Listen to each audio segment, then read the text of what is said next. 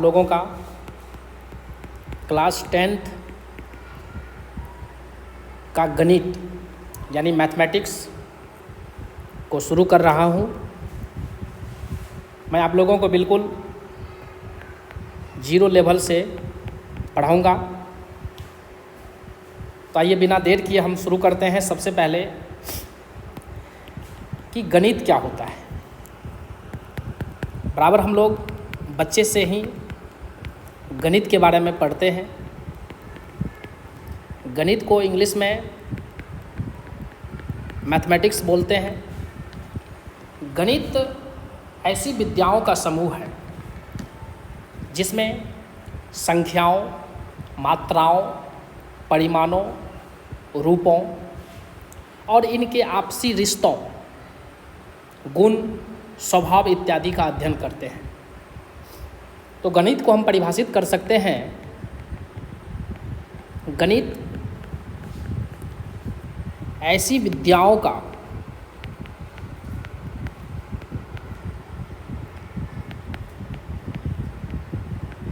समूह है जिसमें संख्याओं, मात्राओं,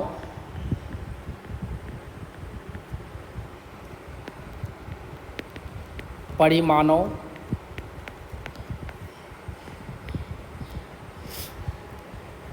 रूपों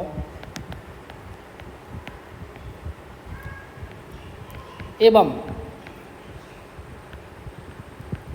इनके आपसी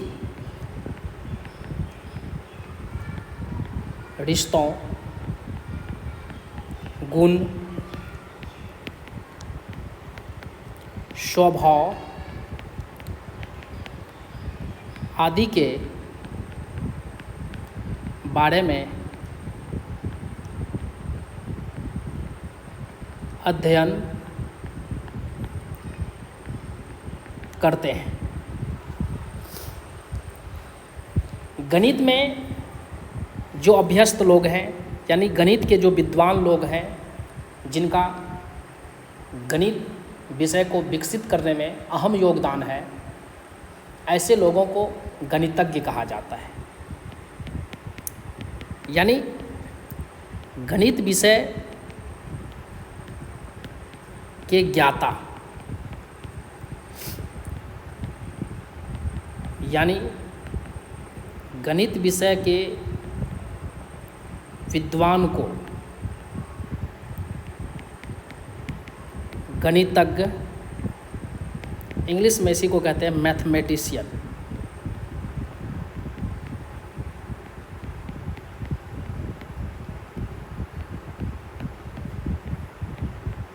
कहते हैं। यानी गणित में जो अभ्यस्त लोग हैं, गणित के जो ज्ञाता हैं, उनको गणितज्ञ कहा जाता है। गणित विषय के बारे में एक बहुत ही अच्छी लोकोक्ति है। संस्कृत में कहा गया है, यथा शिखा मयूराणां नागानां मन्यो यथा तथा वेदांग शास्त्राणां गणितं मूर्धन्य अस्थितम। अर्थात जिस प्रकार मोर में शिखा और नाग में मणि का स्थान सबसे ऊपर है, उसी प्रकार से सभी विषयों में गणित का स्थान सबसे ऊपर है। यानी गणित हम लोग प्रारंभिक दौर से कोई भी सामान खरीदते हैं तो कितने रुपया का हुआ, उन सभी को जोड़ते हैं। दुकानदार को 100 रुपया दिए, आप सामान लिए 60 रुपया का, तो आपको कितना रुपया रिटर्न करेंगे। यानी गणित हर जगह है। उसके बाद गणित के क्षेत्र में हमारे भारत के बहुत ऐसे गणितज्ञ हुए।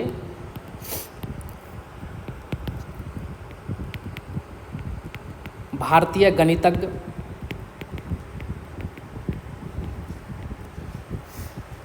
जैसे आर्यभट्ट,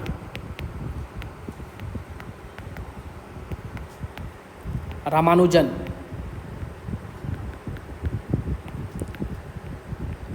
भास्कराचार्य,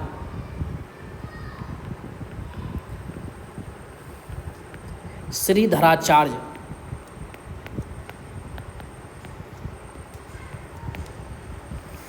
महावीराचार्य,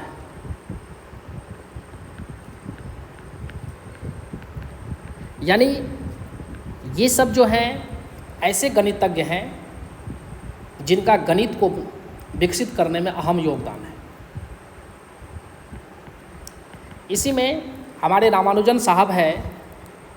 रामानुजन साहब का गणित के क्षेत्र में बहुत ज़्यादा योगदान है, यानी इन्होंने बहुत ऐसे सूत्रों का आविष्कार किया, बहुत ऐसे प्रमेय को दिए, मैथ को बनाने का तरीका को डेवलप किए। इसीलिए इनके याद में, रामानुजन साहब के याद में प्रत्येक वर्ष 22 दिसंबर को राष्ट्रीय गणित दिवस मनाया जाता है।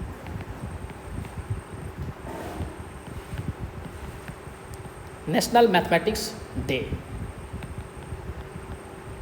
यानी रामानुजन साहब के जन्मदिन के अवसर पर राष्ट्रीय गणित दिवस पूरे भारतवर्ष में मनाया जाता है। प्यारे बच्चों, सबसे पहले मैं अब आप लोग को क्लास 10th का सिलेबस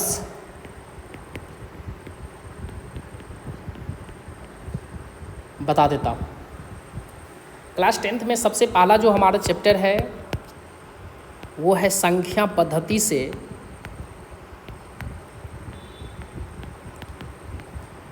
यानी इंग्लिश में कहते हैं नंबर सिस्टम,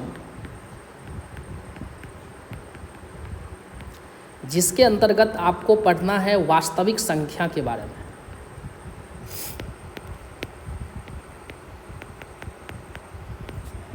यानी रियल नंबर्स। इससे आपको 10 मार्क्स का प्रश्न जो है परीक्षा में आता है। ऐसे आने के लिए ज़्यादा भी आता है, लेकिन जो हमारा सिलेबस है वो है 10 मार्क्स का। टोटल 100 है, उसमें से 10 मार्क्स आपका संख्या पद्धति यानी वास्तविक संख्या से आता है। उसके बाद दूसरा चैप्टर है बीज गणित। इसको इंग्लिश में कहते हैं एलजेब्रा। प्यारे बच्चों, एलजेब्रा से टोटल 20 मार्क्स जो है 20 मार्क्स का क्वेश्चन आता है।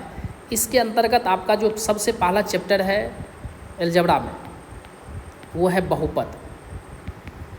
दूसरा है दो चर वाले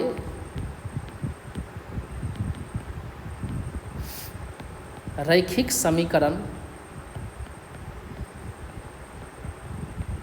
युग्म।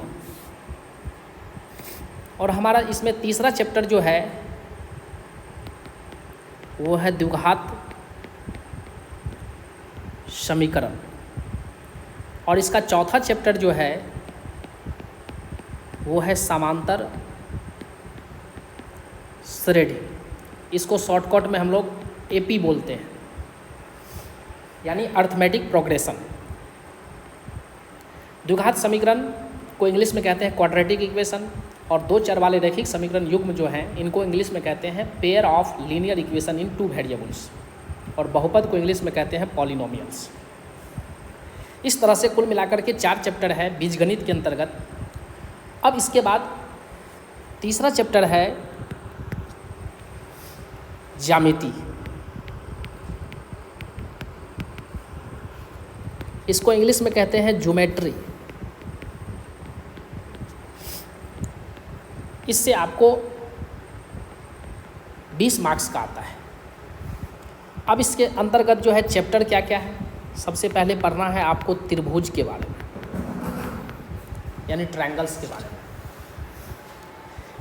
फिर इसके बाद पढ़ना है वृत्त के बारे में, और तीसरा जो इसमें है वो है रचना, जिसको हम लोग कहते हैं बनावट या रचना। तो ज्योमेट्री के अंतर्गत ट्रायंगल्स हैं, सर्किल्स हैं और बनावट यानी कंस्ट्रक्शन यानी रचना। ये आपको 3 चैप्टर ज्यामिति के अंतर्गत पढ़ना है। त्रिभुज में ही आप लोगों को सबसे पहले थैल्स प्रमेय के बारे में बताएंगे, फिर आगे चल कर के समरूपता के बारे में बताएंगे, समरूपता के कसौटी के बारे में बताएंगे, फिर इसके बाद पाइथागोरस प्रमेय के बारे में बताएंगे, पाइथागोरस प्रमेय का विलोम बताएंगे और उससे संबंधित चैप्टर्स को बताएंगे। फिर इसके बाद वृत्त के बारे में, स्पर्श रेखा के बारे में आप लोगों को बताएंगे, स्पर्श रेखा की संख्या। फिर इसके बाद कंस्ट्रक्शन बताया जाएगा कि किस तरह से हम त्रिभुज का रचना करते हैं, समरूप त्रिभुज की रचना, वृत्त पर स्पर्श रेखा की रचना। ये तमाम चीज़ें आप लोगों को ज्यामिति के अंतर्गत बताएंगे। प्यारे बच्चों, हमारा जो अगला चैप्टर है इसमें वो है निर्देशांक या नियामक ज्यामिति। इसको इंग्लिश में कहते हैं कोऑर्डिनेट ज्योमेट्री। इससे आपको 10 मार्क्स का आता है।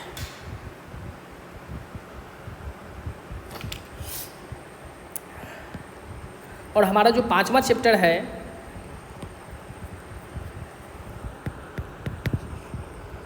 वो है त्रिकोणमिति।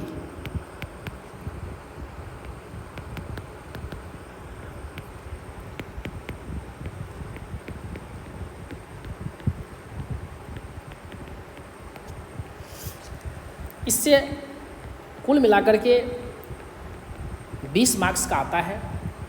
इसके अंतर्गत सबसे पहले त्रिकोणमिति का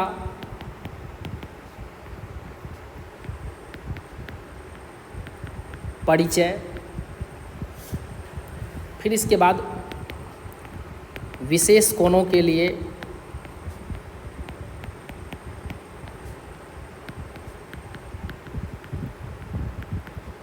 त्रिकोणमितीय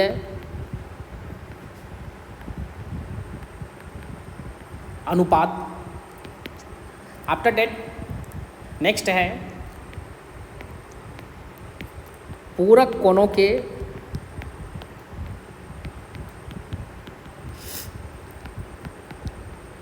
त्रिकोणमितीय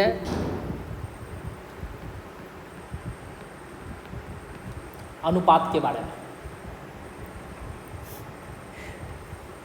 फिर इसके बाद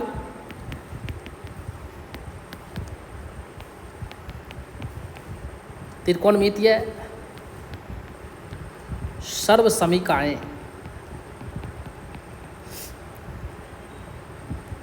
ट्रिगोनोमेट्रिक आइडेंटिटीज के बारे में पढ़ना है। तत्पश्चात त्रिकोणमिति का अनुप्रयोग,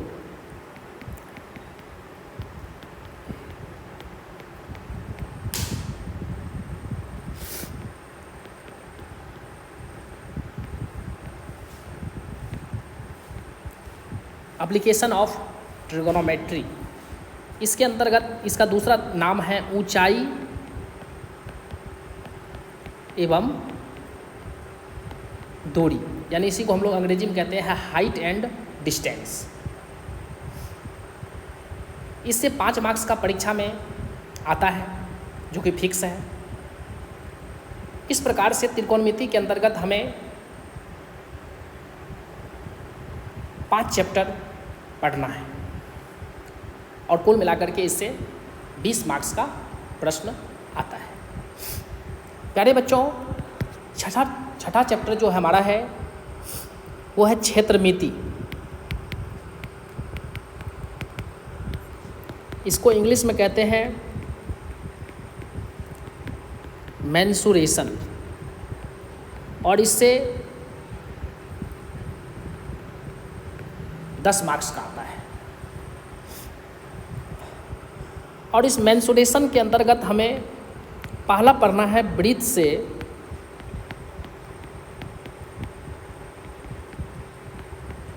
संबंधित क्षेत्र जैसे त्रिज्यखंड, वृत्तखंड इत्यादि। इसके बाद वृत्त से संबंधित क्षेत्र के बाद हमें पढ़ना है पृष्ठीय क्षेत्रफल एवं आयतन, सरफेस एरिया एंड वॉल्यूम। इस प्रकार से इसमें हमें 2 चैप्टर वृत्त से संबंधित क्षेत्र और पृष्ठीय क्षेत्रफल एवं आयतन के बारे में अध्ययन करना है। प्यारे बच्चों, इससे कुल मिलाकर के 10 मार्क्स का प्रश्न आता है परीक्षा में, जो कि आप लोगों को अच्छे से मैं पढ़ा दूंगा।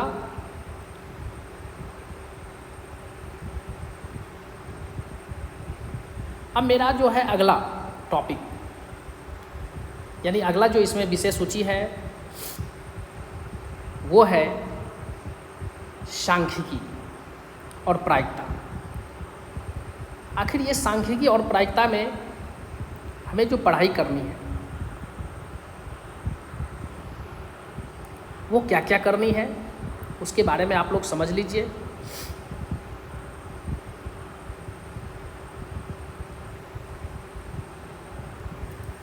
सातवां चैप्टर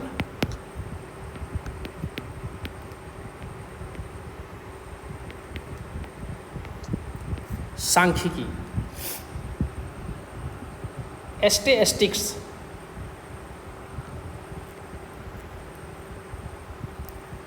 इसको इंग्लिश में कहा जाता है सांख्यिकी एवं प्रायिकता, एक साथ लिख लीजिए।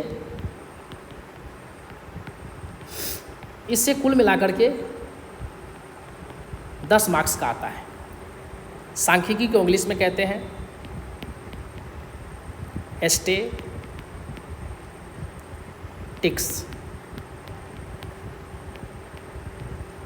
And probability. ये कुल मिलाकर के इसमें 10 मार्क्स का पूछता है। सांख्यिकी के अंतर्गत आप लोगों को वर्गीकृत आंकड़ों का माध्य पढ़ना है, माध्यक पढ़ना है, बहुलक पढ़ना है। फिर इसके बाद इसी में त्वरण के बारे में पढ़ना है, संचयी बारंबारता वक्र जिसको बोलते हैं। फिर माध्य, माध्यिका और बहुलक में क्या संबंध होता है इसके बारे में पढ़ना है। तत्पश्चात हमें प्रायिकता के बारे में, प्रोबेबिलिटी के बारे में पढ़ना है। इस तरह से प्यारे बच्चों, कुल मिलाकर के आप लोगों का जो है 100 मार्क्स का मैथ का सिलेबस है, जिसमें सबसे पहला मैंने बताया 10 मार्क्स का जो है आपका नंबर सिस्टम से, 20 मार्क्स जो है अलजेब्रा से, और इसके बाद त्रिभुज जो कि ज्यामिति के अंतर्गत आता है उससे आपको 20 मार्क्स का, फिर निर्देशांक ज्यामिति 10 मार्क्स का, फिर त्रिकोणमिति जो है 20 मार्क्स का, फिर इसके बाद मेंसुरेशन 10 मार्क्स का, फिर सांख्यिकी एवं प्रायिकता 10 मार्क्स का। इस प्रकार से आपका टोटल, इसको काउंट कर लीजिए, 20 10 30, 20 50, 10 60, 20 80, 10 90, 10 100, यानी 100 मार्क्स का सिलेबस हुआ ये। प्यारे बच्चों, परीक्षा का जो अभी तक पैटर्न है, परीक्षा का पैटर्न वो क्या है, 100 मार्क्स का जो इसमें प्रश्न है उसमें सबसे पहले है वस्तुनिष्ठ प्रश्न।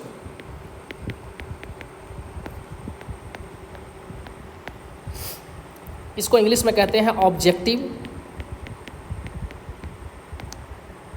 क्वेश्चन। ऑब्जेक्टिव में भी ये है एमसीक्यू टाइप का, मल्टीपल चॉइस क्वेश्चन। और इसके बाद दूसरा है सब्जेक्टिव, यानी विषयनिष्ठ प्रश्न।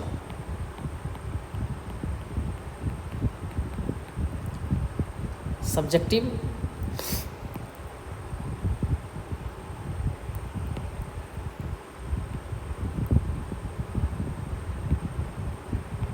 क्वेश्चन। सब्जेक्टिव क्वेश्चन का प्यारे बच्चों पूछने का जो है दो पैटर्न है। एक है आपका 2 मार्क्स वाला और दूसरा है 5 मार्क्स वाला। प्यारे बच्चों अभी तक जो बिहार बोर्ड का जो है सिलेबस, उसमें आपको वस्तुनिष्ठ प्रश्न से 50 मार्क्स का बनाना है और 2 नंबरा क्वेश्चन से आपको 15 क्वेश्चन बनाना है। प्रत्येक क्वेश्चन 2 मार्क का, यानी 30 मार्क्स का आपको 2 नंबरा बनाना है। और 5 नंबरा क्वेश्चन 4 बनाना है, प्रत्येक क्वेश्चन 5 मार्क्स का, यानी 20 मार्क्स का। ये हो गया। अब रही बात क्वेश्चन की संख्या। प्यारे बच्चों वस्तुनिष्ठ प्रश्न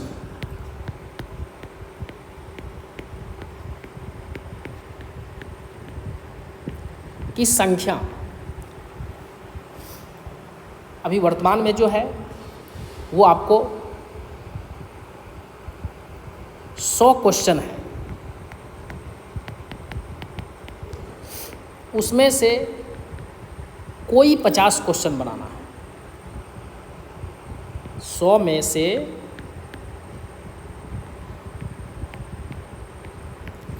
कोई 50 प्रश्न को बनाना है। और दूसरा समझना है इसमें 2 मार्क्स वाला क्वेश्चन।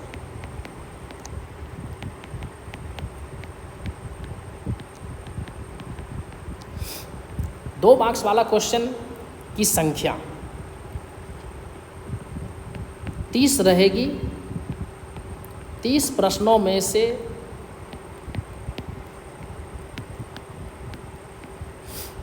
कोई 15 प्रश्न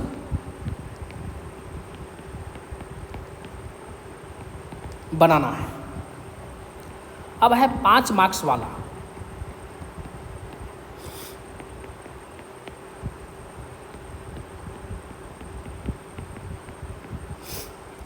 आठ प्रश्नों में से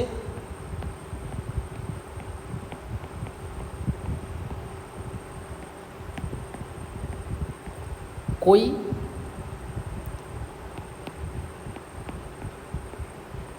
4 प्रश्नों को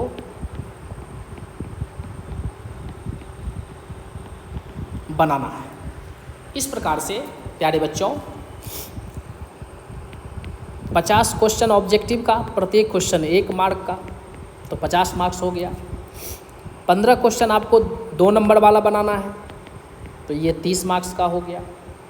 और 4 प्रश्न आपको 5 मार्क्स वाला बनाना है, ये हो गया 20। यानी टोटल इन सभी को आप जोड़ दीजिए तो आपका 100 मार्क्स का ये पूरा गया। आशा करते हैं प्यारे बच्चों आप लोग सिलेबस को अच्छे तरह से समझ गए होंगे। अब मैं आपको अगले वीडियो में पहला चैप्टर से नंबर सिस्टम से पढ़ाऊंगा और नंबर सिस्टम के बारे में सारे जितने भी तथ्य हैं, जितने भी कॉन्सेप्ट हैं, उनको पहले मैं समझा दूंगा। फिर आप लोगों को प्रश्नोत्तर जो एक्सरसाइज है वो करवा दूंगा। आशा करते हैं कि आप मेरे चैनल को सब्सक्राइब कीजिएगा और वीडियो को ज़्यादा से ज़्यादा लाइक और शेयर ज़रूर कीजिएगा। धन्यवाद।